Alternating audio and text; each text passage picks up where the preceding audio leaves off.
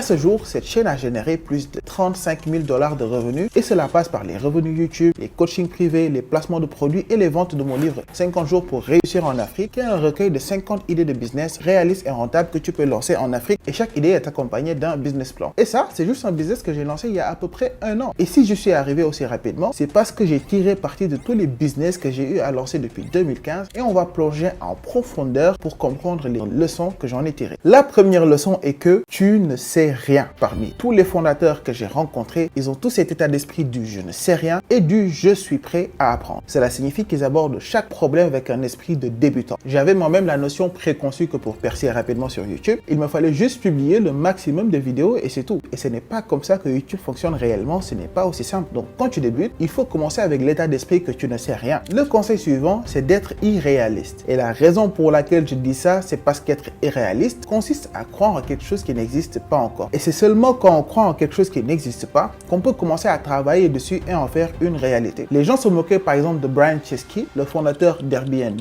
en lui disant « Oh, tu vas créer une application qui laisse les gens rester dans les maisons d'autres gens, ça ne marchera jamais. » Mais aujourd'hui, Airbnb, c'est une énorme entreprise de plusieurs milliards de dollars.